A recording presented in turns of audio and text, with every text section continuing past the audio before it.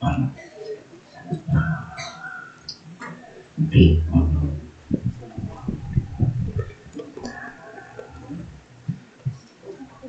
Ipagpatuloy po natin ang ating paksa sa ating pag-aaral, the Piri Trials, na ito po ay matatagpuan natin sa unang Pedro, chapter 4, verse 12 to 14. At mangyari po na ating pong basahin ito at tayo po yung muling tumayo at ating pong basahin ng sabay-sabay upang sa ngayon ay marinig ng ating mga tagapakinig sa mga nire-record po itong ating mensahe. Sabi po dito sa 1 Peter chapter 4 verse 12 to 14, mga minamahal, na huwag na kayong magtaka sa mabibigat na pagsubok na iyong dinaranas na para bang ito'y di pangkaraniwan. Sa halip, mag-alala kayo sa inyong pakikibahagi sa mga paghihirap ni Kristo upang maging lubos ang inyong pag-alakad kapag nahayag na ang kanyang kadakilaan. Mapalad kayo kung kayo'y kinukutya dahil kay Kristo, sapagkat sumasa inyo ang Espiritu ng Kalatian, ang Espiritu ng Diyos. Ito po ang salita ng Panginoon. Sa ating pong pag-aaral last week, last Sunday, ay pinalaki po natin ano yung dapat na maging response o tugon ng Kristyano kapag siya ay dumaranas ng pagdurusa. Number 1, sinasabi ay asahan natin ito. So hindi po ito ay nagkataon lang. Kami huwag kayong magtaka na hindi pangkaraniwan. Ito talagang asahan po natin. Itinakda po ito ng Panginoon. Ngayong umaga ay tatalakayin natin yung pangalawa, yung tinatawag na magdala ka rito. Okay? Pagkatapos mo ma-expect na ikaw ay daranas ng mga pagdurusa o suffering, ang dapat na maging attitude mo ay matuwa ka o magdala ka. At sa susunod, ay loobin ng Panginoon sa aking muling pagbabalik after 3 months, ay ating susuriin ang sanhi ng ating pagdurusa. And also, pang-apat ay ipagkatiwala natin ng ating sarili sa Diyos. Okay? So, yan po yung ating tinalakay at kagaya po ng ating pag-aralan, kung titingnan nyo po ang buong epistles o sulat ni Pedro sa 1 Peter, ang buong epistles po ay patungkol sa suffering. Makikita po nga natin sa chapter 1 pa lang, ay pinapakita yung precious salvation. Kaya sinabi pa lang niya sa kanyang sulat na walang kabuluhan ng pagdurusa. Okay? Sapagkat merong inilaan na mahalagang kaligtasan para sa atin. At yung kasalukuyan na sitwasyon natin ay napakahalaga daw ng pagdurusa dahil po daw yung reaction natin, paano natin magre-response sa mga umuusik sa atin ay dito makikita yung effectiveness ng ating evangelistic testimony. Nangangaral ka, di ba? Yung mga missionary. Yung kagaya yung sabi sa inyo, yung end of spear na nangyari doon sa South America, pinatay sila, may baril pero hindi niya pinaputok. Nagulat sila. Okay? Sa kabila ng pinag-uusik sila, hindi sila pinaputuan. Okay? At yung pangatlo ay makikita natin in view of the pagparito ng ating Panginoon. Christ's personal second coming in future. At dito natin mararamdaman o mararanasan ang kaganapan o the ultimate of our salvation. At kaya sabi ni Pablo ay hindi daw po ihambing natin yung pagdurusa ngayon sa future na kaluwalhatian ay hindi daw ito karapat-dapat. Okay? Kaya kung nauunawa natin ang sulat ni Pedro ay maalala natin na ang pagdurusa sa tamang pananaw. Okay? So kapag dumating ka sa mga tag-uusik sa pagkristyano ay apat tama yung iyong pananaw. Okay? Kasi yung iba nga ay hindi tinuturo yan.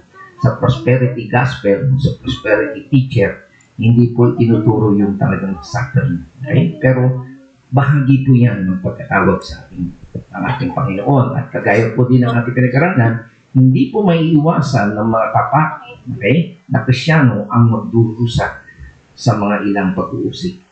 Anong dahilan kung bakit tayo usigin? Dahil sa katwiran, for righteousness sake. Okay? Yung katwiran po ay yung susunod natin ang salita ng Diyos. Okay? And also, ang pagiging Kristiyano natin. Kapag Kristiyano ka, ay talagang uusigin ka ng mga hindi Kristiyano. And also, kapag ipinapahayag mo ang pangalan ni Kristo. So, yan po yung tatlong dahilan kung bakit inuusig ang mga Kristiyano. At tinalaki natin na Sunday ang napakaraming listahan ng mga pag-uusig na sinabi sa New Testament. So, ibig sabihin, ang mga pagsubok natin, okay, o maalam na pagtitiis ay hindi lamang basta problema. Wala kang pera, aksidente ka, nagkasakit ka, hindi po yun. Okay? Siyempre, magtitiis ka kung wala kang trabaho, diba? Hindi po yun. Ang pagtitiis po ay dahil sa iyong pananampalataya. Okay? Dahil ikaw ay nananampalataya sa Panginoon, ipe-persecute ka rin.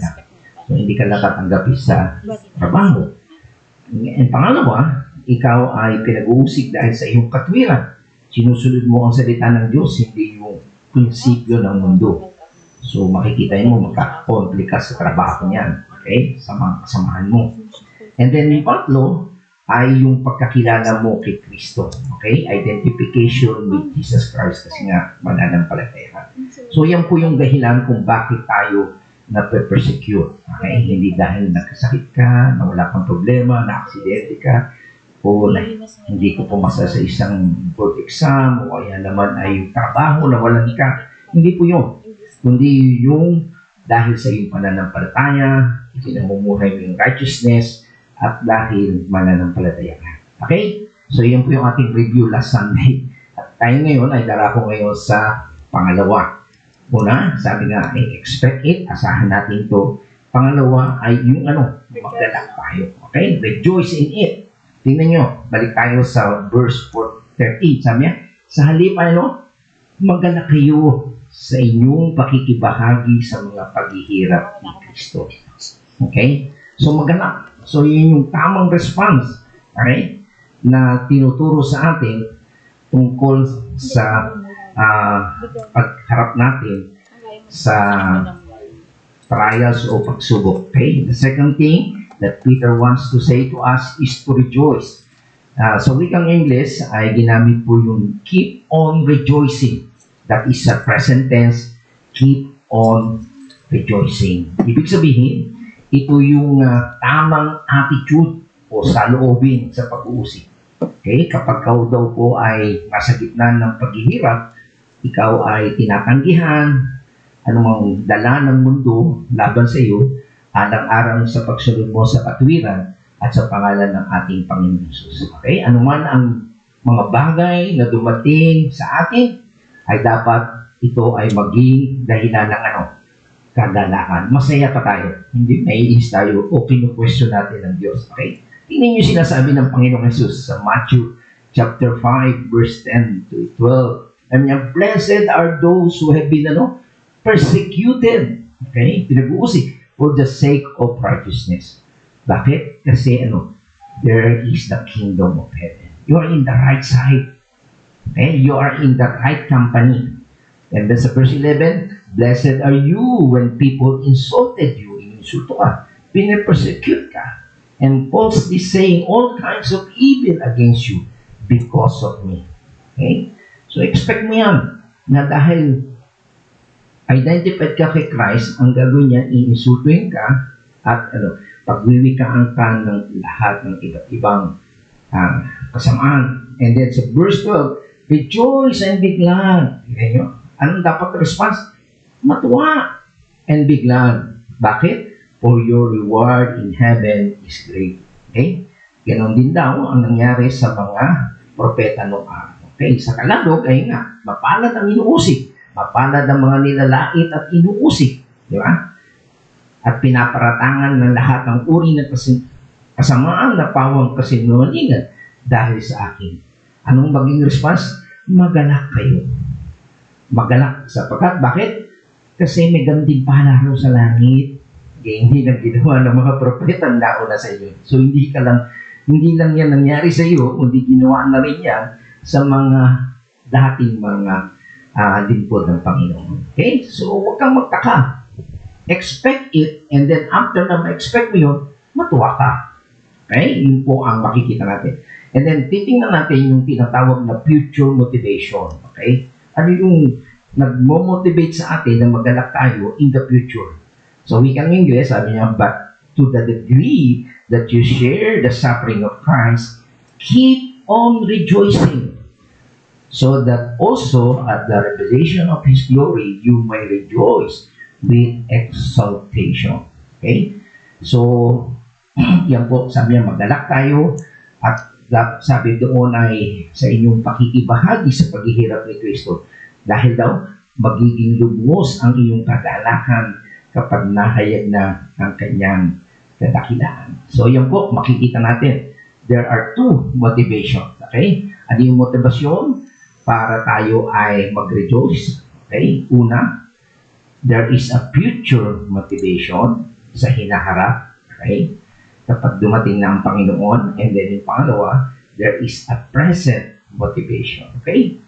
Saan nakasalalay yun? Ito ay sa degree, okay, o sa antas na nakikibahagi tayo sa kanyang pagdurusa at makikibahagi ka rin sa kanyang kaluwalhatian. So, yun yung antas o yung degree, hindi parang di ba, yung degree ng init, di ba? Yung centigrade, Fahrenheit, di ba? Yung mainit ba o malamig, di ba? Yun po yung antas o degree, okay? Na ikaw ba ay depende po yan sa suffering mo. At dahil doon, kung nakikisama ka doon sa suffering ngayon, ay makikibahagi ka rin doon sa kaluwalhatian. Okay? Kaya kung patuloy kang magagalak ngayon, ay pagdating ng panahon, pagdating ng ating Panginoong Jesucristo, magagalak ka rin. Diba na? Okay? So, yan po yung sinasabi dito. So, meron pong motivations. Of course, mahirap yung nagtitiis ka eh, di ba? Parang nanganganak, masakit, di ba? Sabi ng mga babae. But ang babae daw ay dahil meron silang pagtitiis sa panganganak, hindi nila ang hirap, di ba? Hindi raw kaya ng lalaki yun. Okay? Pero once na ilabas na yung anak, mawawala yung sakit eh. So, ganoon din po yung makita natin, meron kang nakakamdamang sakit ngayon, pero pag lumabas na o yung dumating na yung bata, wow, matutuwa ka na. Tama? So, ganoon din yung pagdating ng Panginoon in the future, ay matutuwa ka na. Okay? So, makita natin dito na, again, sabi dito sa verse 13, but to the degree that you share the suffering of Christ. Okay? Tingnan natin yung ibig sabihin ng to the degree. Okay? So, ano po ba ibig sabihin po noon? Alam natin na si Jesus ay nagdusa, okay, sa kamay ng mga tao. Bakit? Because He did what is right. Okay? Maliwanag yun. Hindi siya gumawa ng mali, hindi siya gumawa ng kasalanan. Tama? Pero sa kabila noon, nagdusa pa rin si Jesus Christ. Tama? So, yun po yung sabihin, si Jesus Christ suffered because He did what is right. Ginawa niya ang tama. Okay? At pangalawa, si Jesus Christ ay nag-suffer because He spoke the truth. So, dalawang bagay yan. Gumawa siya ng tama at nagsalita siya ng katotohanan. Kaya siya inusig. Okay? Hindi natin tinutukoy dito, hindi sinasabi ni Pedro dito, na tayo ay makikibahagi sa redemptive suffering of Christ. Ano yung redemptive suffering of Christ and atonement suffering? Yung namatay sa cross. So, hindi natin kinakailangan magpenitensya, magpapako rin sa cross para maghirap. No, it's not. Ang tinutukoy po dito ni Pedro ay yung pagsasalita natin ng tama, na katotohanan, at gumawa po tayo ng tama. Okay? So, yun po yung binabanggit ni Pedro rito, hindi niya sinasabing makibahagi tayo sa redemptive o pagtutubos na suffering ni Christ. Ano yun? Yun yung ipinako siya sa krus. Tama? So, yung ibang nagpipilitensya, nagpapapako sa krus, mali po yun. Okay? Hindi po yun ang tinuturo dito. Kundi ang binabanggit niya po rito, he's saying, you are a partner in the same kind of suffering na in-endure ni Jesus Christ. Tiniis ni Jesus Christ dahil sa ano? Sa pagdurusa saan? Sa paggawa ng ano? What is right. Paggawa ng tama. Pagdurusa dahil sa pagsasabi ng tama. Pagdurusa dahil sa pangangaral ng tamang mensahe. Okay? So nakikibahagi tayo sa ganoong uri ng pagdurusa alang-alang sa katwiran. Maranasan nyo na po ba yan? Pag nagsasabi kayo ng tama, ipinipreach nyo si Jesus Christ, di ba? May kukontra sa inyo, magagalit sa inyo. So yun po yung pakikibahagi. Okay? Yung degree, gaano ka ba involved sa pangangaral ng katotohanan at paggawa ng tama. Okay? So yun po yung sinasabi. Kaya kapag tayo ay pinag-uusig, okay?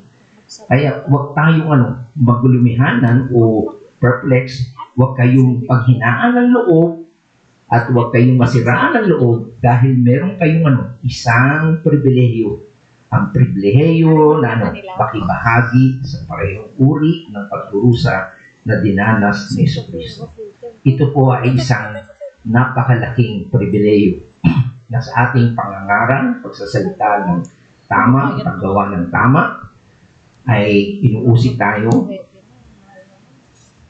imbis na manghinaan tayo ng loob, bagkos ay isipin natin ito ay isang malaking pribilehiyo. Okay. Kung titingnan nyo, ang sulat ni Pedro, kita nyo sa 1 Peter pa lang, okay? Makikita na natin dito, binanggit na ni Pedro ang patungkol sa suffering ni Christ. Sabi niya, sinuri nila kung kailan at paano ito mangyayari. Ang panahong ito ang tinutukoy ng Espiritu ni Kristo na nasa kanila. Nang unang ipahayag nito ang hirap na titiisin ni Kristo at ang karangalang tatamuhin niya. So binanggit niya po dito ni Pedro sa chapter 1 pa lang ang patungkol sa pagtitiis ni Kristo. And then sa chapter 2, verse 21, sabi niya, ang pagtitiis ng hirap ay bahagi ng pagkatawag sa inyo ng Diyos. So kapag tinawag kayo ng Diyos, may kasamang suffering yun. Bakit? Sabi niya, sapagkat nang si Kristo ay magtiis para sa inyo, binigyan niya kayo ng halimbawang dapat yung tularan. Part yan. Okay? Na merong suffering talaga si Christ, and also, yung ginawa niya, magiging pattern natin kung paano tayo mag-response. Okay? And then sa chapter 3, verse 18, sapagkat si Kristo, kita niyo, walang kasalanan. Hindi siya nagawa. Pero namatay siya ng misan para sa inyong makasalanan upang iharap kayo sa Diyos. Siya'y namatay ayon sa laman at muling binuhay sa Espiritu. Okay? Sa chapter 3 yan. And then sa chapter 4, sabi, dahil si Kristo'y nagtiis ng hirap sa buhay na ito, kaya kayo naman ay dapat maging handa magtiis. Sapagkat ang nagtitiis ng hirap sa buhay na ito ay tumatalikod na sa kasalanan. Okay? So, yan po ang makikita natin na talagang chapter 1, chapter 2, chapter 3, chapter 4 ay patungkol lahat sa mga suffering na dinanas ng Panginoong Jesucristo. So, ibig sabihin, when you as a Christian, kapag daw tayo bilang Kristiyano ay nagdurusa, nakikibahagi ka sa parehong uri ng pagdurusa kapag nagdurusa ka sa kamay ng masungit, nagtatakwil, mapanguyam, at hindi mabait ng mga kasalanan. Nakikibahagi ka lamang. Kasi si Christ nagsuffer, so ang Kristiyano ay pareho ding magsasuffer. Anong dapat na maging attitude natin? Mainis tayo? Rejoice. Kasi bakit?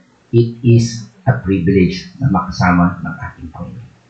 Alam niyo, hindi lang si Pedro ang nakakaalam niyan. Maging si Paul, at sabi niya sa Galatians chapter 6, tingnan niyo kaya mula ngayon, huwag nang dagdagan ninuman ang aking paghihirap. So naghirap si Pedro sa kanyang, si Paul sa kanyang pangangaral. Okay? Sabi niya, sapat na ang pilak nataglay ko para makilalang ako'y lingkod ni Jesus. Okay? So, ano yung ibig sabihin ni Paul dito? Okay?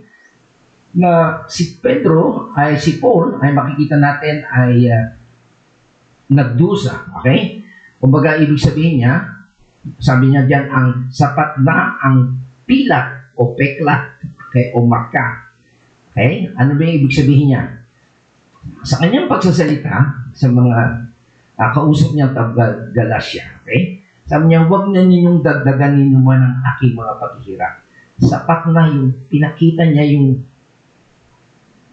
latigo o peklat dito sa kanyang likod para ipakita sa kanila na ito ay marka ng dahil sa aking pagsunod kay Kristo. Okay? Bakit? Dahil natanggap niya ang lahat ng iyon dahil sa Panginoon. Okay? Sapagkat yung mga tao, hindi sila makalapit o to get on kay Christ sa mundo na ito, kaya anong ginagawa nila? Imbis na kapuotan nila si Jesus Christ, ang kinapuotan nila ay walang iba, kundi si Paul. Okay? Hindi nila mahampas si Jesus Christ. Kaya sino ang hinampas? Si Pablo ang hinampas. Okay? Kaya yun ang pinaka-badge o kaya kumbaga marka na katunayan na ako'y talagang lingkod ng Panginoon. Yun ang patunay. Okay? Para niya sabi, kung gusto niyo makita ang trophy ko, yung aking talagang ika nga ay katunayan ng aking paglilingkod sa Panginoon, tingnan niyo yung mga peklat ko. Okay? Kita niyo yung mga hagupit. Okay? Sabi niya, itaglay ko sa aking katawan ang marka na ibinigay sana kay Jesus kung siya'y narito. Okay? Ngunit ibinigay nila ito sa akin dahil binanggit ko ang kanyang pangalan. So yung dapat na pekla o bugbog ay para kay Jesus Christ dapat yun. Pero wala na si Jesus Christ, nasa langit na, pero dahil si Paul ang siyang nangangaral sa yung nakatanggap ng mga pekla na yun o paghihirap. Naalala niyo, nung hindi pa mananampalataya si Saulo, di ba naalala niyo? Di ba pinagbabato niya siya yung number 1 na bumabato sa mga hindi mananampalataya? Kaya naiintindihan niyo yun Okay? So, yun po yung makikita natin. At hindi lang po yan. Sa Philippians chapter 1, verse 29, ano sabi po diyan? Dahil ipinagkaloob niya sa inyo, hindi lamang ang manalig sa Kanya, kundi ang magtiis din naman alang-alang kay Kristo. Ayan po ang napakaganda mga kapatid. Okay? So, yung ating pananampalataya o pananalig, ito ay ipinagkaloob sa atin ng Diyos. Okay? Hindi lang po tayo binigyan daw ng pagkakataong manalig o pananampalataya, kundi magtiis. Ibig sabihin, tayo ay binigyan niya ng kakayanan na magdusa rin alang-alang sa Kanya at maranasan ang parehong pakikipaglaban na dinanas ni Pablo. Natin yun? Kasi yung iba, konting sakit lang, ayaw na konting bigo lang, ayaw na. Itinetest, di ba? Naalala niyo kung bakit tayo tinetest? Di ba? Para malaman kung totoo ba tayo o genuine ba tayo o hindi. So dito, makita natin yung pananampalataya o yung pananalig natin sa Panginoon ay ibinigay ng Diyos yan. Di ba? Sabi nga sa Ephesians, hindi yan galing sa inyo maging pananampalataya. So hindi lang binigyan tayo ng pagkakataon na manalig, kundi magtiis din alang-alang kay Kristo. Okay? And then also sa Philippians chapter 3 verse 10, sabi, ang tanging hangarin ko ngayon, kita nyo ay lubusang makilala si Kristo, maranasan ang kapangyarihan ng kanyang muling pagkabuhay, makibahagi sa kanyang mga paghihirap, at maging katulad niya sa kanyang kamatayan. So, kita niyo po dito mga kapatid na ang nais niya ay yung kaaliwan na dumating sa kanya mula sa isang nagtitiis sa lahat ng mga tiisin, na tinitiis niya ng higit pa kaysa sa akin. Nakita niya rito ang isang pakikipagkaibigan, isang ugnayan sa pagitan niya at nagdurusang si Kristo. So, yung nakita niya yung camaraderie, yung gusto niya, kung ano yung kaligayahan nadama ni Jesus Christ nung siya'y nagdurusa, inalipusta, ay gusto din niyang maranasan yung joy. Okay? Yun po yung hangarin ni Paul nung siya'y nagsasalita dito sa Philippians chapter 3 verse 10. And then also sa Colossians chapter 1 verse 24 sabi niya, nagagalak ako sa aking paghihirap. Kita yun? Yun ang tamang attitude niya. Alang-alang sa inyo. Sapagkat sa magitan nito ay naipagpapatuloy ko ang paghihirap na kailangan pang gawin ni Kristo para sa kanyang katawan o iglesia. Okay? So nakita niyo po yan na yung kagalakan na sinasabi ay pagpuno ng kakulangan ng mga paghihirap ni Kristo alang sa kanyang katawan. Okay? So yun yung may tiisin tayo. May mga sakripisyo tayong gagawin para sa mga sa church na tinubos ng Panginoon. Okay? So, kaya pagpunta po sa church ay hindi po at paglilingkod sa Panginoon ay hindi lahat masaya. May paghihirap, may mga sakripisyo. Diba? Kasi nga, itinutuloy lang natin yung dapat na gagawin ni Jesus Christ. Okay? So, yan po yung sinabanggit niya. Kaya, katulad din yung sinabi niya kanina sa Galatians, nandito yung marka ko, yung hirap ko, sakripisyo ko. Okay? Ayan ay tanda ng aking paglilingkod sa Panginoon. Okay? So, sabik si Pablo na tanggapin ang mga dakop na dapat para kay Kristo, siya ang tumanggap din ng mga dakop na para sa Kanya. Okay? Yung para sa Panginoon, ay siya ang tumanggap noon. Okay? So, kapag tayo po daw ay nagdurusa, tayo ay nakikibahagi kay Kristo. Noong sufferings natin, dahil sa paglilingkod natin sa Panginoon, nakikibahagi tayo sa sufferings ng Panginoon. Hindi sa kanyang nagbayad, siyang salang pagpaparusa o yung atonement suffering, hindi po yung namatay sa cross, kundi sa pareho ng pagdurusa, alang-alang sa katwiran. Susundin natin ang salita ng Diyos. Ito ay isang hakbang lampas pa riyan, literal na tinanggap ang mga dagok na nakatadhana para sa Panginoon. Hinapotan siya ng mga makasalanan, kaya hinapopotan din tayo. Okay? So, yung dapat na galit ng mga tao, ng mga hindi mananampalataya kay Jesus Christ, napapapunta sa mga mananampalataya.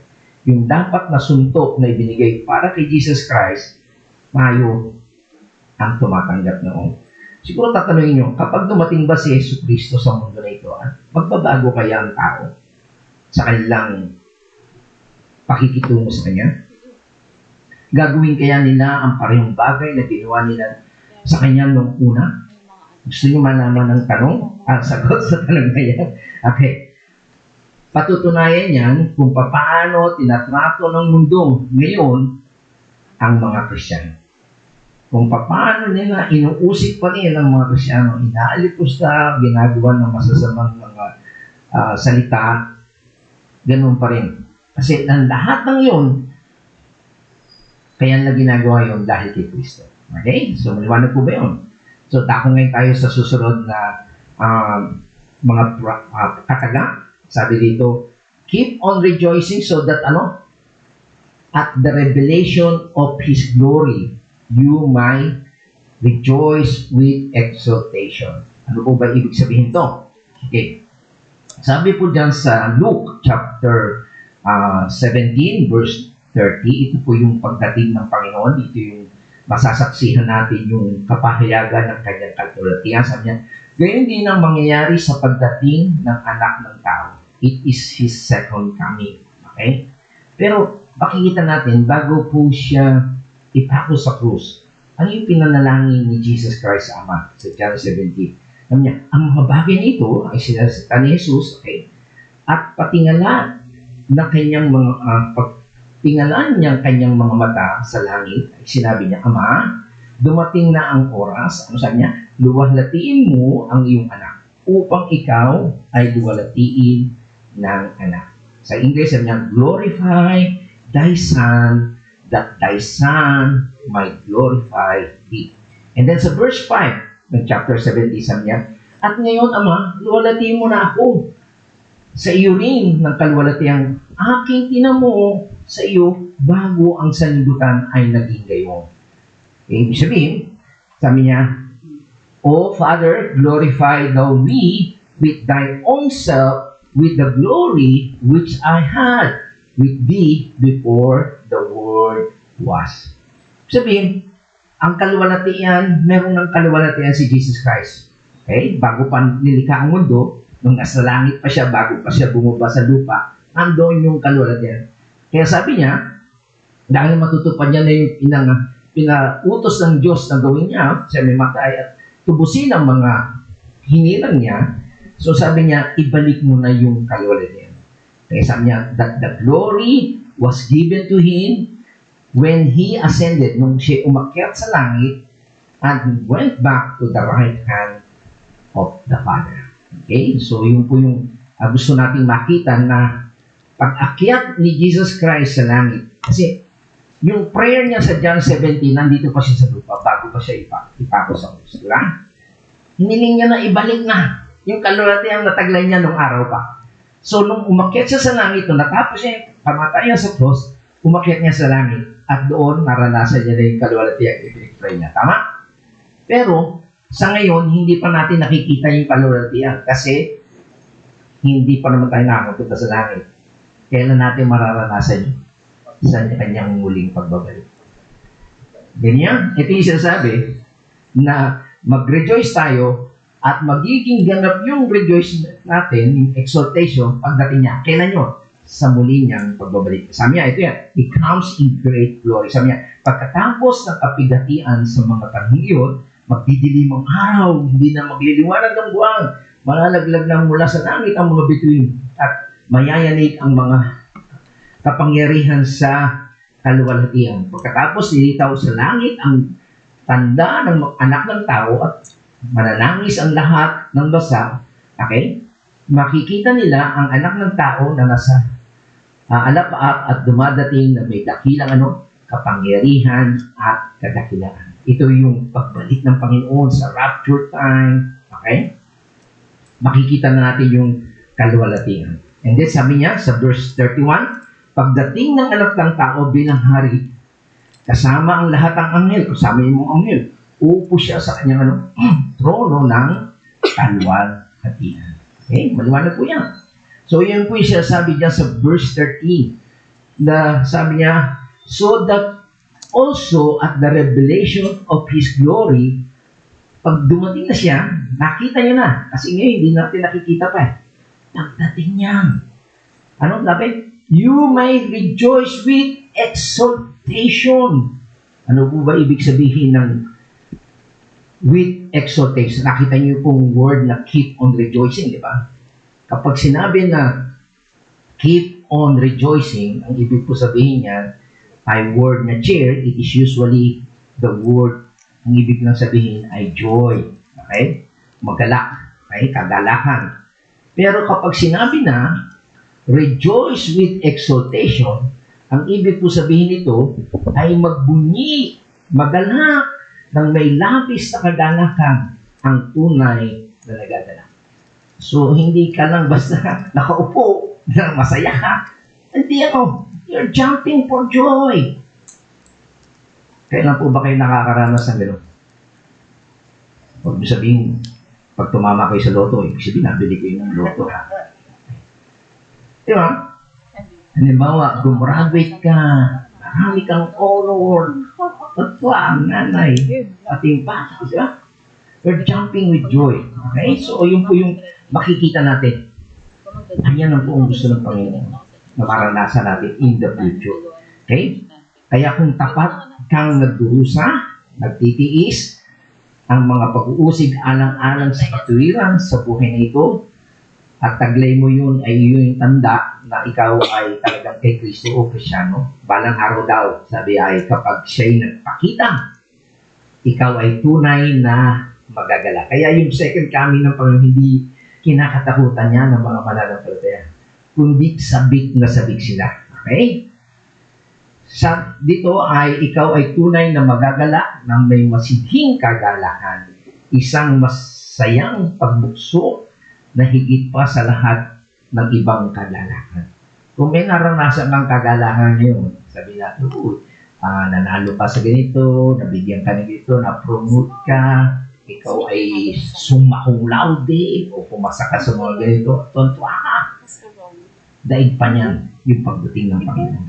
Kaya kung magdurusa daw tayo para sa Panginoon at nagagalak sa pribileyo ng gayong pakikisama sa Kanya, mga pagdurusa, tandaan mo, ang antas ng iyong pagdurusa rito, okay? Ang siyang antas ng iyong tatanggapin sa kaluwalhatian sa Kanyang pag siya'y nahayag na. Alam mo, ang panahon iyon ay maaaring magsakaya ka ngayon, pero dahil lubos kang magagalak pagdating ng panahon na siya'y dumating. So, ang walang hanggang gantimpala ay magdudulot sa iyo ng walang hanggang kagalakan. Okay? So, alam mo na kapag ikaw ay pinapersecute, ang sabi ng Panginoon, malaki ang iyong gantimpala. At dahil doon sa malaking gantimpala nyo, ay walang hanggan din yung kasiyahan. Tama po ba? I hope na makita nyo. So, again, ulitin natin, your eternal reward will direct reflect your suffering. Okay? So, yung sabihin, yung ating gantimpala, okay, nakasalalay yan sa ating mga pagdurusa sa ngayon. Okay? Ang iyo namang pagdurusa ay nagre-reflect, okay, sa antas ng iyong katapatan. Okay? So, tapat ka, kung tapat ka sa Panginoon, talagang hindi ka give up. You are willing to sacrifice o mag-suffer para sa Panginoon. Kaya kung ikaw ay secret na Kristiyano, eh, hindi ka gaano magdurusa. Naalala ko yung isang kwento ng isang magulang. Sabi niya sa kanyang anak na pupunta sa Saudi. Anak, sa Saudi, ingat ka. Ingatan mo yung pananampalataya. Okay? Bibigyan kita ng salita ng Diyos sa Bible. Basahin mo yan. At ingatan mo yung pananampalataya. Lumipas po ang ilang taon at bumalik ang anak. Sabi niya sa kanyang nanay, o tatay, iningatan ko po ang aking pananampalataya. Wala pong nakaalam na ako'y isang Kristiyano. Secret. Naging secret Christian siya. Yun ang pagkaintindi niya sa pag-iingat. Walang nakaalam. So, kapag ikaw ay secret na Kristiyano, hindi ka gaano magdurusa. Hindi ka talaga ipe-persecute. Okay? Pero kung ikaw ay matapang, agresibo, tapat, at confrontative Christian, magdurusa ka. Ngunit ang iyong walang hanggang kaluwalhatian ay magpapakita ng gantimpala ng Diyos para diyan. The more na naglilingkod ka sa Panginoon, sigasig ka, okay, matapang ka, aggressive kang Kristiyano, handa kang magdusa. At diyan makikita natin ang iyong gantimpala. Okay? Pero kung sikreto ka, secret Christian ka, hindi ka talaga magsasuffer. Wala kang sinasabihan. Hindi malaman ng mga kasama mo sa trabaho, Kristiyano ka pala. Hindi ka mala siguro nagpe-pray. Kasi baka mauli ako. Diba? Secret yun. Hindi ka nga mag-uusip. Pero sabi dito sa Luke, sabi niya, mapanat kayo kung dahil sa inyong pagsunod sa anak ng Diyos, ng tao, ay kinapuputan kayo. Kita niyo? Ipinagtatabo yan at nilalait ang mga tao. At pinagbibintangan kayo ng masama. Mapanat kayo. Okay? Bakit? Ang sabi niya, anong dapat maging attitude natin? Magalak kayo at tumalon sa tuwa. Kung gayon ang mangyari sa inyo, sapagkat malaki ang inyong gantimpala sa langit. Gaya hindi nang ginawa ng kanilang mga ninuno sa mga propeta. Kita niya? So, bahagi po yun ng pag-uusip. Nalulungkot ang oo at kasama ng pagsasaya siguro, mix, no? Nung dati, pag ako'y pupunta sa Australia, may nagsasabi ba naman na kaya raw kami pupunta sa Australia ay ginagamit namin yung pera ng kooperatiba namin. Tingnan yung mga tao na yun. Pinagbibintangan ka ng kung ano nung kasamaan. Diba? Gumagawa sila ng mga... sabi ng Panginoon, ako ba ang lugi doon? Sabi mo, dala ka. Diba? At tumalon. Hanggang ngayon, nakakarating ako sa Australia. Ano yung punto? Darating yung kung ano yung gagawin nilang kasamaan, mag-iisip sila ng masama laban sa iyo. Okay? So, masami tuloy ako. Naalala ko lang po yung mga ganong mga sitwasyon sa buhay natin. Di ba? Pero, ang ito'y nakakatuwa dahil ginagawa mo, alam ng Diyos, ang iyong sarili. Di ba? Na hindi mo ginagawa yun. Pero, ang tao talaga, hindi mo maiwasan. And sad to say, sa loob pa ng church yun. Yung mga tao yun. Okay? Pero, kinuha na ni Lord yun, namatay na yung mga tao yun. Okay? Kaya, kayo buhay pa. Okay? Tingnan nyo. May istorya. Tingnan nyo, ha? May kaugnayan talaga yung tungkol sa paghihirap at sa gantimpala. Titingnan nyo yung istorya nito na sinasabi, mayroong lumapit kay Jesus, yung asawa ni Zebedeo, yung nanay, yung mga nanay, kasama ang dalawa niyang mga anak na lalaki. Lumuhod ito sa harapan ng Panginoon upang sabihin ang kanyang kahilingan. Yung mga nanay, nagsisip-sip ng misan, di ba? Nilalakad yung mga anak. Okay? Sabi ni Jesus, ano gusto mo? Sumugot sila. Sabi niya, kapag naghahari na po kayo, pwede bang paupuin niyo sa tabi ang dalawa kong anak? Isa sa kanan at sa kaliwa. Sobra ambitious. Okay. Yan ang request, sa tabi ang dalawa kong anak, isa sa kanan at isa sa kaliwa. At tingnan niyo ang sagot ng Panginoon. Ano sabi ni Jesus? Hindi niyo nalalaman ang iyong hiling. Isa tayo. Hiling tayo ng hiling sa Diyos na hindi niyo naiintindihan. Sabi ni Jesus, maiinuman ba ninyo ang upang na malapit kong inuman? Anong ibig sabihin noon? Ang tugon naman na, opo, tugon niya. Eto, pinaliwanag na sa kanya ng Panginoon. Sabi ni Jesus, naranasin niyo ba ang hirap na titiisin ko? So yung karangalan ng pag-upo sa trono ng Diyos sa langit ay iyon ay dahil daranas ka muna ng hirap. Yung karangalan, yung reward mo makakamit mo sa langit ay dahil nagtiis ka ng hirap dito sa lupa. At hindi yun naintindihan ng nanay na ito. Sinipsip pa yung dalawang anak. Okay? So yan po yung makikita natin na sabi dito na yung eternal glory natin will be proportionate to the temporal suffering. So yung walang hanggang kaluwalhatian na nararanasan natin sa langit, ito ay proportion sa pansamantalang paghihirap natin dito sa lupa. Maliwanag yung sinabi ng Panginoon sa nanay ni James and John. Okay? Kaya nga dapat tayo ay magalak, hindi ba? Dahil sa katotohanan, sa hinaharap na habang tayo'y nagdurusa bilang pagkakilala sa Panginoong Jesucristo, nagdurusa sa kamay ng mga makasalanan alang-alang sa katwiran, tayo sa isang diwa ay nagkakamit ng walang hanggang gantimpala na magdudulot sa atin ng walang hanggang pangalakan. Ito niyan. So kapag kayo ay nakakaranas ng suffering, pag-uusig, pag-aalipusta, pagbibit, gagawa kayo ng mga fake news, mga maling sisiraan na kayo. Okay? Sabi ay, in a sense, are gaining an eternal reward and which will bring us eternal joy. Ay, hindi din yan. Kaya natitiisan niyo Okay? So, nakakatuwa. Kaya yan po yung sinasabi ni Pablo. Okay?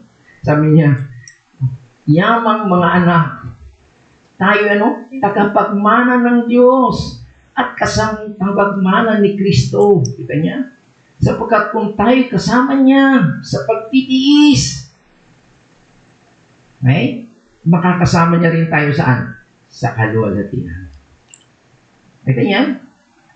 Kaya sabi niya, para sa akin, ang mga pagtitiis natin ngayon sa kasalukuyan, ay hindi mo kayang ihambing sa kaluwalhatiang mahayag sa atin balang araw. Beyond compare. Sabi ko sa inyo, kung lumuha ka ng isang balde, isang drum. Yung kalulatian mo, isang ocean. Baliwala yun. Ilang drum o ilang balde yun. Nakuha niyo ba yung punto ko? Baliwala yan. Kaya dapat tayong magana. Pati yung nakita ni Pablo. Kasi nung una, tandaan natin, siya yung taga-usig nung araw, di ba? Pero ngayon siya na yung inuusig. Kaya natutuwa siya. Naintindihan niya na ngayon. Kaya niya nasasabi ito. Okay? Kaya, dapat iayos natin yung ating mga pagkakamali, mga kapatid. Mamuhay tayo bilang Kristyano sa ganitong paraan. Mamuhay tayo ng isang agresibong buhay Kristyano. Hindi silent o secret Christian. Mamuhay ka ng isang makapang na merong mapagmahal na buhay Kristyano. Mamuhay ka ng komprontablingan buhay Kristyano. Maging kang konsensya ng mundo. Sabihin, naranasan niyo, andyan na si pastor, nandyan na si alis na. Huwag na tayong magsugal, huwag na tayong magganito. Iwasan natin. Di ba? Tayo nagiging konsensya. Di ba? Dapat ipangaral natin ang pangalan ni Jesus Cristo na may katapangan. Kahit ikaw ay usigin, kahit ka ihiwalay, itakwin nila, okay? Kahit tanggihan ka nila, hindi ka isama sa barkada, pamaking ka nila, pinag-uusig ka lang dahil sa katwiran. Pag siya'y dumating, si Jesus Christ, okay, makikisalamuha ka sa kanya, makakasama ka niya, at gayon din, ay mararanasan mo ang walang hanggang bigat ng kaluwatian. Okay? Kaya kapag naranasan natin yun, maaari ka nang tumalon sa galakan sa gitna na makikita natin na dumarating na problema o sa atin sapagkat maranasan natin ang walang hanggang kalagalakan. Darating ito sa iyo dahil sa kanyang biyaya. Okay? So, I hope na makita natin. That is the motivation in the future sa pagbalik ng Panginoon. Tiisin lang natin. Pero, baliwala lang yan. Yung maliit na pagtitiis natin beyond compare pagdating ng Panginoon. So, dako naman tayo dito sa pangalawa, yung first present.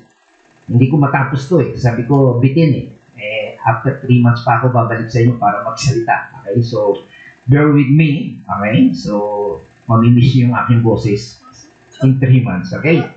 So, pangalo, susunod yung present motivation. Ang sabi po dito, gaya kanina, dapat tayo mag-rejoice. Bakit? Because of the future reality of eternal glory. Di ba tama? Kaya ka mag-rejoice ay dahil sa hinaharap, di ba? Nakatotohanan na walang hanggan, kalwalatian kasi merong glorious, di ba? Eternal glory. Pero ngayon, there is a present reason for rejoicing. Bakit? Tingnan natin sa verse 14. Ano sabi diyan sa verse 14?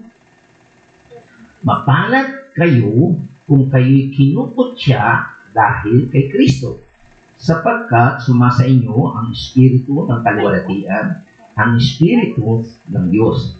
Sabi niya sa sa English, if you are reviled, okay, kinukutya for the name of Christ. Okay, so yan po yung binabanggit dito. Ingay. So ano po ang ibig sabihin noong if you are reviled? Okay? Ano po ibig sabihin niya ng ikaw ay minamaliit o kinukutya dahil sa pangalan ng Panginoong Jesucristo? Ganyan po yung attitude ng mga hindi mananampalataya. Okay, anong ibig ko sabihin yan? Ang ibig sabihin yan ay pag-insulto. Okay? Nangangulugan na ikaw ay insulto.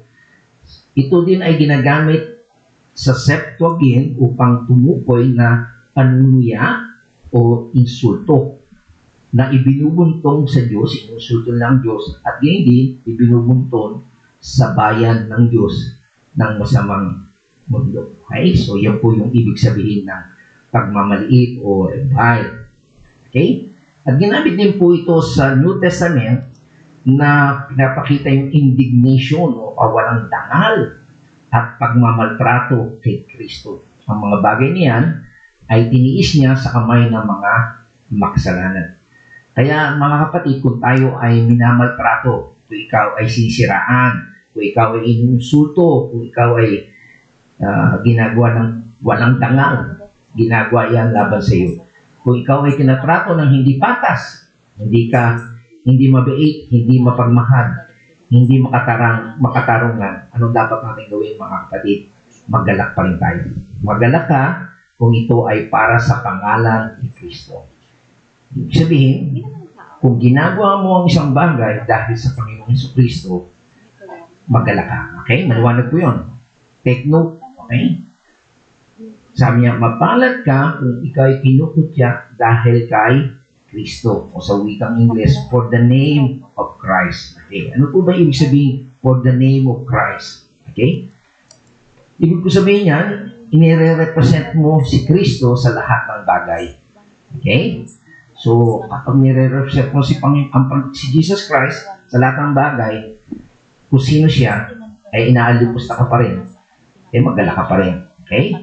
So, ang pangalan ni Kristo, sabi niya, the name of Christ, ang tumutukoy sa katotohanan palaging ipinapahayag ng mga Kristyano ang kanyang pangalan. Okay? So, hindi lang po basta sinasabi mong Kristyano, kundi ipinapahayag mo ang pangalan ni Kristo. Okay? Ito rin ay ibig sabihin, it implies public proclamations of Christ's name as the cause of hostility. Okay? So, lagi mong sinasabi o pinapangaral si Kristo. Okay? So, hindi mo lang taglay ang pangalang Kristo, di ba? Kristiyano o Christian, di ba? Follower of Christ.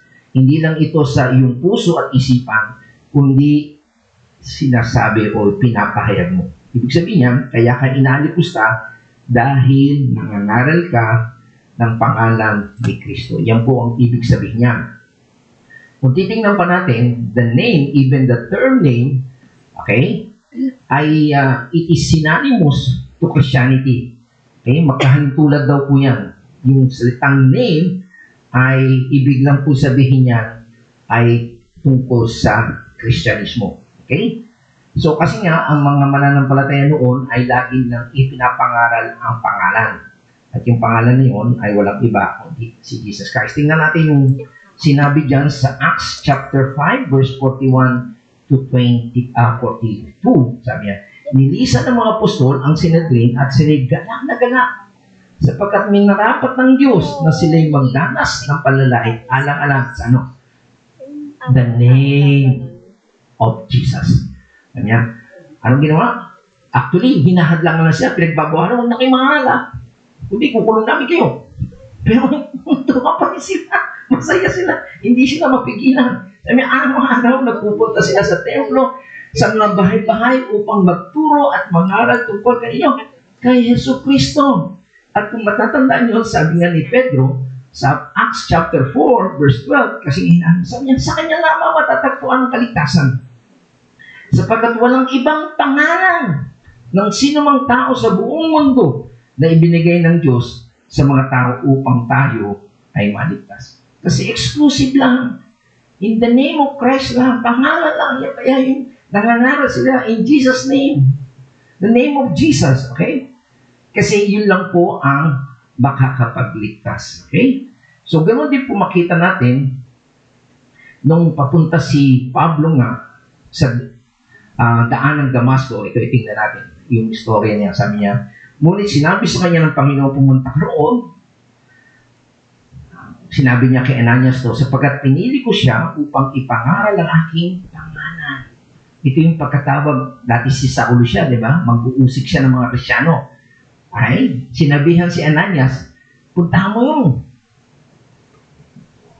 si Saulo, ang tawag niya ngayon ay Pablo, kasi pinili daw si Saulo na naging Pablo upang mangaral sa aking pangalan sa mga hintil, sa mga hari, at sa mga anak ng Israel.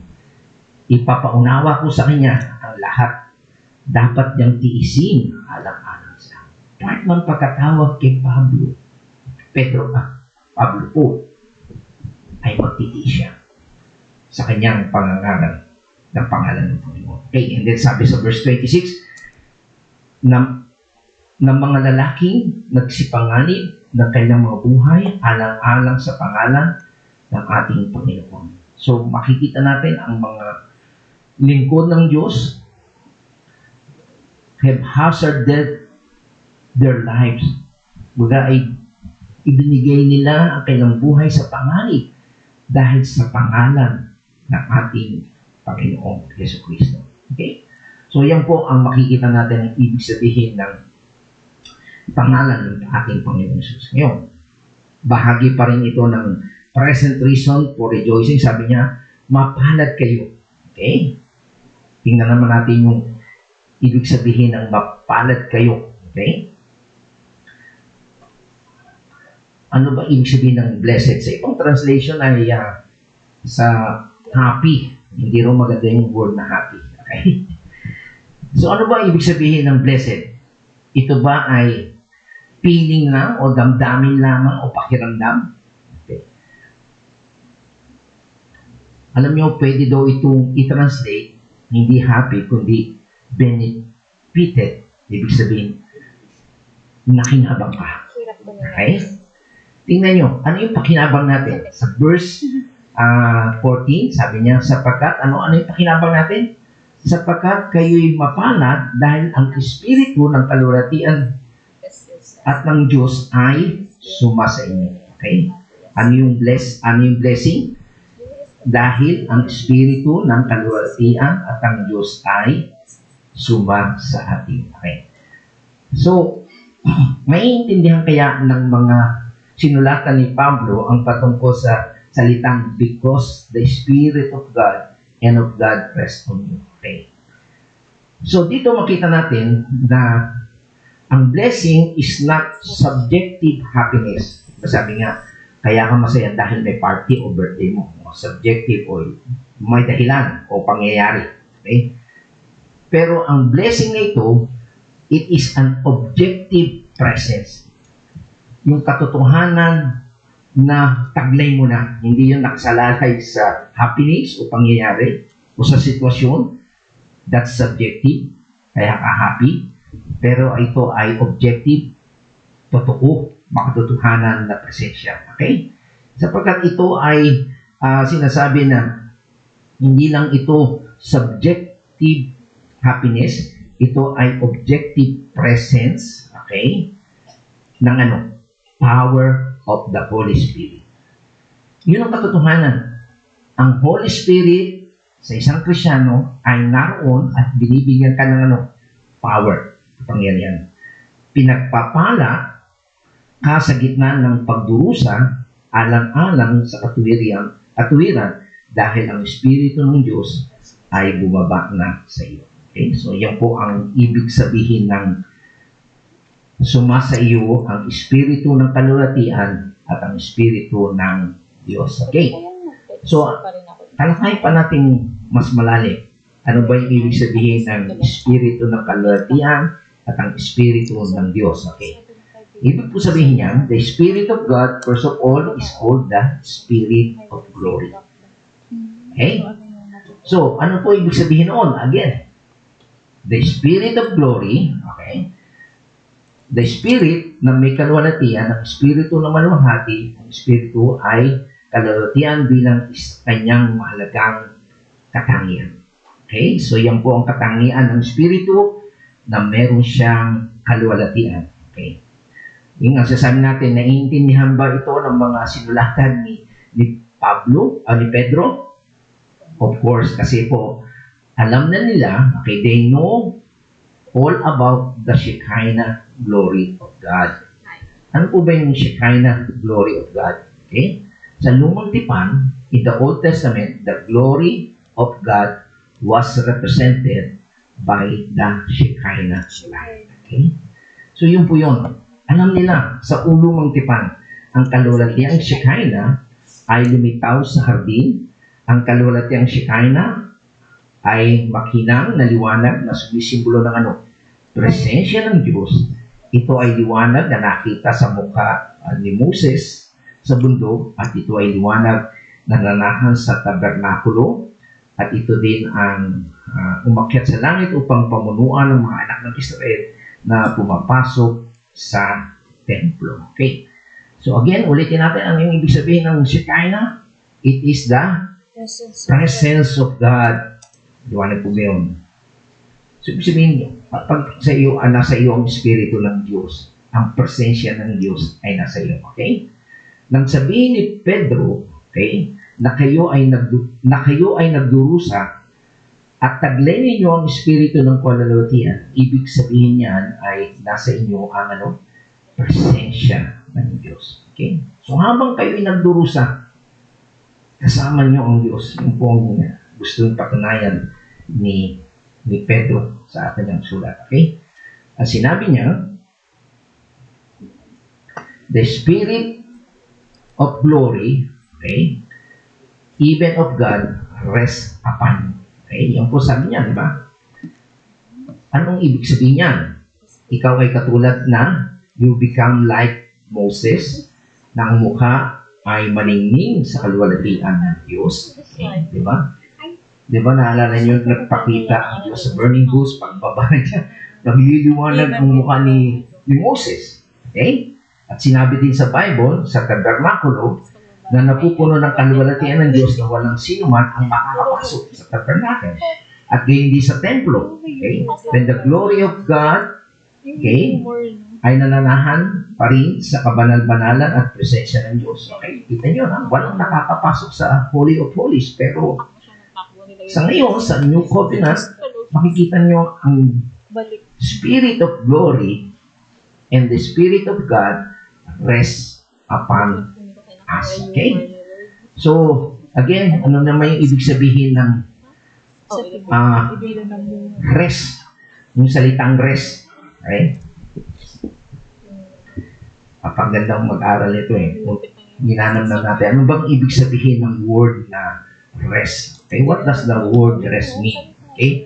Ang rest, in the sense of refreshing by taking over, by becoming the dominant power in the midst of suffering. Okay?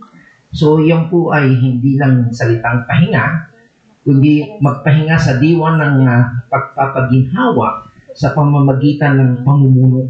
Okay? Siya yung nagte-take over sa magitan ng pagiging nangingibabaw na kapangyarihan sa gitna ng iyong pagdurusa. Siya yung nagkukontrol sa iyong buhay. Okay? Para maintindihan natin yan. Okay? Tingnan natin yung istorya ni Esteban. Ilan yung si Esteban? Ito yung si Esteban na isa sa mga alagad ng Panginoon na binato at nando si Saulo pa noon, hindi pa Kristiyan. Sabi niya, pinagpala ng Diyos si Esteban at pinagkalooban ng kapangyarihan kaya nakagawa siya ng maraming kababalaghan at himala sa harapan ng adla. Sa gayon, naudyuhan nila na magalit kay Esteban ang mga tao. Ang mga pinuno ng bayan at mga tagapagturo ng kautusan, sila'y sininggapan nila at dinala sa Sinedrin. Si Esteban ay sabi, pinagmasdang mabuti ng mga nakaupo sa Sinedrin at nakita nila ang kanyang mukha ay parang mukha ng anghel. Ano ba ibig sabihin ng mukha ng anghel? What is the face of an angel? Ano ibig sabihin nito? Ito ba ay kumikinang bumbilya? Yung mukha mo bumbilya? Ang ibig sabihin po nito ay, sabi ni John Arthur, it means peace, okay? Kapayapaan. Ito po ay serenity, tranquility, a gentle joy, and absolute unaffected by all hostility. Okay? Ito po daw ay meron siyang kapayapaan sa kabilang siya inuusig, katahimikan, banayad na kagalakan, at lubos na hindi naapektuhan ng lahat ng buot kahit na pagbabatuhin sila. Okay, kita nyo. Sabi niya sa verse 54 to 60. Sabi niya, nagalit kay Esteban ang buong Sinedrin nang marinig yun na nagninit-nit sila laban sa kanya. Lalong nagalit. Meron paliwanag si Esteban. Pero ano sabi? Ngunit si Esteban na puspos ng Espiritu Santo tumingala sa langit. Nakita niya ang kaluwalhatian ng Diyos at si Jesus na nakatayo sa kanan ng Diyos.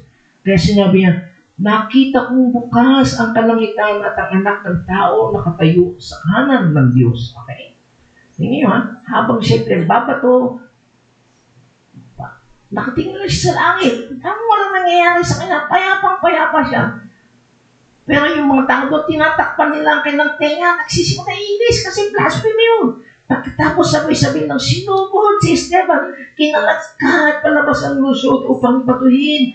Inilagay ng mga saksi ang kanyang mga banaban sa pala ng isang binatang nangangalang si Saul. Kita niyo? Tapos ano pa ang naging response niya? Mali, hindi ko ata. Pinagbabato. Sabi niya, pinagbabato nila si Esteban na nananalangin naman ng ganito. Kita niyo, sa kabila ng pinagbabato siya, ano yung prayer niya? Panginoong Jesus, tanggapin mo ang aking espiritu. Lumuhod si Esteban at sumigaw ng malakas, Panginoon, huwag mo po silang panagutin sa kasalanan ito. Kita niyo mga kapatid, ang paniniwala nga ni John Marcos sabi niya, na wala siyang kaalam-alam sa mga nangyayari sa paligid. Nakita niya lang bukas ang langit, nakita niya ang Panginoong Jesus, at iniling niya sa Panginoon na tanggapin siya. Nang hindi niya na mamamalayan, na pinaghahampas na pala siya ng bato at dumuduro ang kanyang buhay.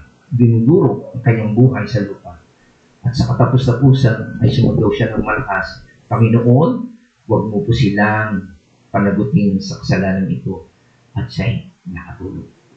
Sa gitna ng napakatinding pag-uusig at pagdurusa, ipinakaloob niya sa Diyos ang espesyal na dispensasyon ng presensya ng kanyang banal na Espiritu. At siya ay nanahan sa mananampalataya, nanganguhulgang siya'y namamahala. Ang isip ay nag-transcend. Ibig sabihin, habang dumaranas ang isang mananampalataya ng pagsubok, nandoon ang Espiritu ng Panginoon. Nakakayanan natin. At sa kabila na mainis tayo, gumanti tayo, magbanta tayo. Katulad din ni Jesus, ano sinabi niya, patawarin mo sila. Sabi din ni Jesus, sa iyo po, inahabilin ang aking Espiritu. Ganyan din si Esteban. Hindi siya nagbanta. Bagkos nanalangin pa siya. At alam niyo, sinagot pa ng Diyos ang kanyang panalangin na napalataya si Saul. Ganyan. Kaya yung testimony natin sa pagharap natin sa pagsubok ay isang mabisa ito. Kaya kung basahin daw po natin yung libro ni Pax tungkol sa Book of Martyrs, okay? May tatanong natin, how can these Christians being martyred kung pinapatay for their faith so totally transcend the physical pain? So yun po ang tanong. Paano lubos na malalampasan ng mga Kristiyanong ito na naging martir dahil sa kanilang pananampalataya ang pisikal na sakit? Paano magagawa yun? Yun ang isang tanong. Paano sila nakakakanta ng himno sa kabila na sila'y nakakulong, di ba? Paano sila magsasabing pinupuri nila ang Diyos? Paano kaya nila mapapatawad ang mga nagpapakahirap sa kanya? Yan ang mga tanong. Kayo, kaya nyo ba? Una, ang dahilan kung bakit nila nalampasan yun dahil nakita nila ang kayamanan ng pakikibahagi sa mga pagdurusa ni Kristo. They're looking forward sa kayamanan inilaan ng Panginoon. Malaki ang iyong gantimpala kapag ikaw ay handang magdusa sa Panginoon. Diba?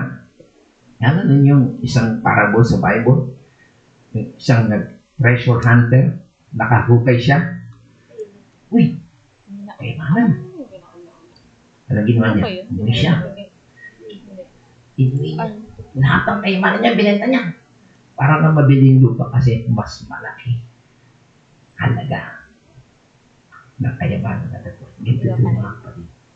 Kahit maghihirap tayo, alam natin yung kayamanan na inilaan ng Diyos pagdating niya. Okay? So yung dahilan kung bakit tayo nagtitiis. Pangalawa, because they knew the character of their suffering will issue an eternal witness. So, kahit yung panandalian nating kahirapan dahil sa ating pagsalita ng katotohanan, paggawa ng tama, at dahil sa ating pangangaral sa Panginoon, makaranas tayo ng mga pag-uusig sa atin, pero alam natin, nakikita natin yung eternal weight of glory. Yung kaluwalhati ang mapapasa atin. Okay? And that will cause us to really joy in all exaltation. Okay? Sa darating na kaluwalhatian. At ang pangatlong reason, because the Spirit of glory, okay, o the Spirit of God, ay nanahan sa kanila upang iangat sila lampasan sa physical na dimension. Itong talagang sikreto. Kung bakit mo natitiis ang mga physical na parusa sa iyo, sapagkat taglay mo sa iyong sarili ang Espiritu ng Diyos at ang kanyang kaluwalhatian, at ito yung nag-aangat sa iyo. Kakayanan. Ito yung mga babae, mayroong kakayanan na umire para ilabas yung baby, yung pain na ron. Ang mga lalaki rin, walang ganong tolerance. Right? Ang Diyos, bibigyan kanya ng kakayanan sa kabila na ikaw ay hinahagupit, pinaparusahan dahil sa Panginoon. Bibigyan ka rin niya ng kakayanan. Okay? So, sa susunod na ating pag-aaral, tapos na natin yung response natin kapag tayo dumaraan sa mga pagdurusa, expect natin. Hindi ka accepted. Okay? Pangalawa, let's rejoice. Matuwa ka. Okay? And number 3, evaluate its cause. Anong dahilan? Makikita yun. Baka naman, kaya ka nagdurusa dahil may kakamali kang ginawa. Sabi niya, huwag naman dahil nagnakaw ka o kaya may ginawa kang pagkakamali. Wow! Right? Yung gano'n kaya ka nagdurusa dahil meron kang ginawa. And then number 4, ay kinakailangan commit natin yung ating sarili sa Diyos. Okay? So, purihin natin ang Panginoon. Natapos ko rin. Akala ko hindi ko matatapos. Okay? So, ito yung aking huling pagsasalita, and see you in 3 months at sa aming pagpunta, pagbisita sa aming mahal sa buhay. Okay? So, wala naman siguro magsasabi ko, kaya nakakarating si Pastor ay nagnanakaw. Naalala ko lang yung mga gano'n. Every time ako pupunta sa Australia, yung mayroong nagsasalita ng fake news. Okay? So, sa biyaya po ng Panginoon ay makikita natin na yung kabutihan niya. Hanggang ngayon ay nananatili pa rin tayong tapat sa Panginoon dahil sa kanyang biyaya. Nakakarating pa rin tayo sa Australia kahit hindi naman tayo nagnanakaw. Diba? Kasi numalingan lang po yun. Okay? So, bahagi po yan. Okay? Sa kabila ng ikaw ay gumagawa ng mabait, ng mabuti, tama, nagsasalita ng tama, meron talagang maiinggit. May ginagamit ang dami. And nakakalungkot lang, sa loob pa ng simbahan natin. Okay? Sana ay huwag mangyari yun. At kaya naman ay paparusahan ng Diyos yun. Kaya yung mga tao yun ay nawala, kinuha na ni Lord kasi hindi maganda yung kanilang patuto.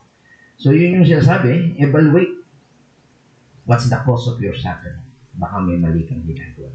Sana, kung mag-suffer man tayo, kasi sa paggawa natin ng kabutihan, sasalita natin ng tama, at pagpapahayag natin. So we continue, na gamitin ng Panginoon.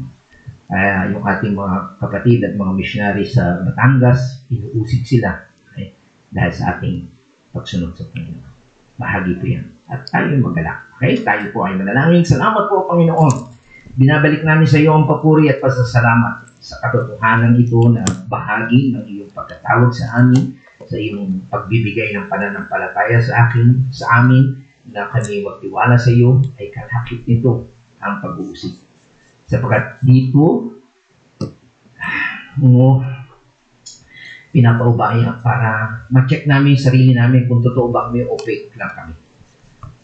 Kaya natutuwa kami na makita na kami ay inuusig dahil sa aming pagsunod sa iyo, sa katwiran at sa pagsasalita namin ng tama. At patawarin mo kami kung minsan ay hindi maganda yung aming response. Nagagalit kami, naiinis kami sa mga taong inuusig sa amin. Sana turuan mo kami na maging katulad ni Esteban. Sa kabila na siya ay inuusig, inaalipusta. Ipinagkatiwala niya ang kanyang sarili sa iyo. At maging kasalanan nila ay huwag iparatang sa kanila. At ito ay nagbunga sa buhay ni Saulo, naging siyang mananampalataya, at naranasan niya rin yung hirap na kanyang ginawa noon. At nakita niya ang isang kagalakan na magtiis ng hirap alang-alang sa Panginoon at alang-alang sa Iglesia. Lord, I hope na sa aming ding buhay bilang mga Kristyano at miyembro ng Faith Community Church, salamat sa 25 years na pagsama mo sa amin. Maraming mga pagsubok kami na naranasan, pag-aalipusta, kung ano yung mga sinasabi ng ibang tao sa aming paglilingkod. Salamat sa iyong biyaya na naging tapat kami sa kabila ng mga bagay na ito na aming naranasan. Patawarin mo rin kami kung kami ay talagang ginagawa ng mga pagkakamali at meron kaming dapat ituwid. And Lord, we entrust to you ang aming buhay. Kaya habang ikaw ay hinihintay namin ang iyong muling pagbabalik, alam namin na mas lalong higit na kagalakan ang nakita ka namin sapagkat ipagkakalob mo na sa amin ang dakilang gantimpala at kaluwalhatian ang maranasan namin kasama ang ating Panginoon sa Kristo. Sa iyo, ang papuri, ang kaluwalhatian, at ang pagdakila ngayon at magpakilanman. Amen. At amen. Purihin po natin ang Panginoon.